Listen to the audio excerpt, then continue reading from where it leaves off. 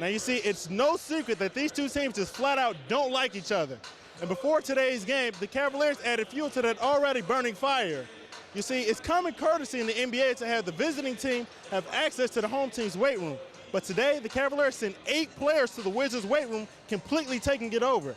And it obviously didn't sit well with Caron Butler and company, so you can expect the Wizards to come out with a little bit of added incentive this afternoon. Davis, we're just a couple of hours away from you hearing your name called by Commissioner Stern. What are some of the emotions going through your mind right now? I'm just very excited. I'm very happy to be here, and then my family's here. My whole country is supporting, the whole process, so it's fun. And I'm CSN Washington's Brian Jackson. I'm here taking your texts, tweets, and emails, so what I need you to do is this. Text in the letters TCD and your thoughts to 68683, and you could see them scrolling right there along the bottom of your screen. Or if you prefer to tweet us at CSN Washington, and we're always taking your questions at csnwashington.com. I'll be back a little later to share some of the best ones, but for now, back to Russ and Julie for today's headlines. Coming from a small school like Howard University, Jeff wasn't invited to the NFL Combine. But when you run a 40-yard dash in the 4.2s, that'll open up some eyes. Before the game, we talked about finding a way to win games in the fourth quarter. What was the difference tonight? We picked it up. We picked up the intensity on defense. We helped each other out, and we got the job done. Clothed in a custom-made Nationals jacket, President Barack Obama was here opening day to throw out the 2010 baseball season's first pitch. But on his way to the mound, the native Chicago Southsider pulled a fast one on the 41,000-plus in attendance, pulling out a White Sox hat to show allegiance to his hometown team. This morning at shoot-around, Flip Saunders told me that in order to have a chance against Denver, his team needed to come out like a pack of mad wolves. And that's exactly what they did, with the main catalyst being Al Thornton, who didn't make it into town until after 2 a.m., but led the Wizards to the surprising victory. By outscoring the Bearcats by 24 points in the second half, the Hoyas cruised to the 74-47 victory, thus avoiding the dreaded Tuesday game in the Big East tournament that has now been expanded to 5 days. With the Hoyas, I'm Brian Jackson for CSNWashington.com. This type of behavior is nothing new for Bloch. Earlier this season, he was suspended 1 game for a similar run-in with Saunders. And this latest incident comes on the same day that the Wizards PR staff made a push for Bloch to be named the NBA's most improved player.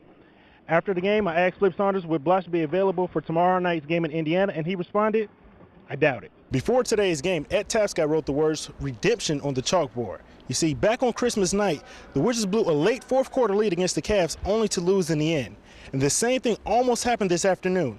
Up 16 in the fourth quarter, the Cavs made a furious comeback and had the Wizards feeling a taste of deja vu. Guys had a recent memory of Christmas Day when we were right there and didn't quite close the deal. I know they wanted to close the deal. The game was tied when Antoine Jamison came up with a huge jump shot, but the Wizards still needed a stop against one of the best closers in basketball. With 2.3 seconds left, LeBron James gets called for a travel, what he calls a crab dribble, something he's done since high school.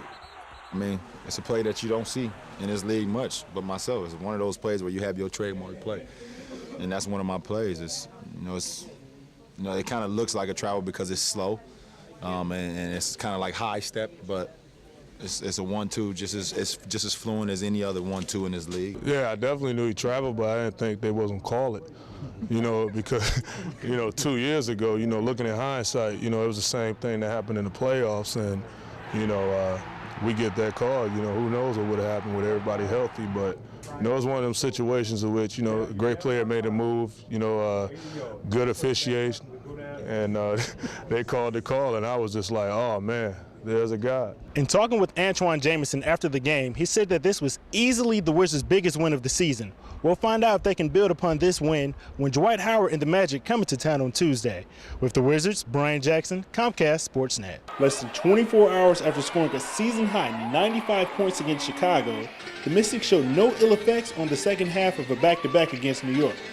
Monique Curry set the tone early on, scoring 8 of the team's first 10 points, as the Mystics would never trail, cruising to a 17-point victory for the second time in as many nights. I think it was big, just trying to be aggressive out the gate. We don't want to play catch-up games. We want to have the lead and keep the lead. So whoever can come out there and put the ball in the basket, get some stops, and get going, it really helps us as a team. I think the week of practice has really helped us.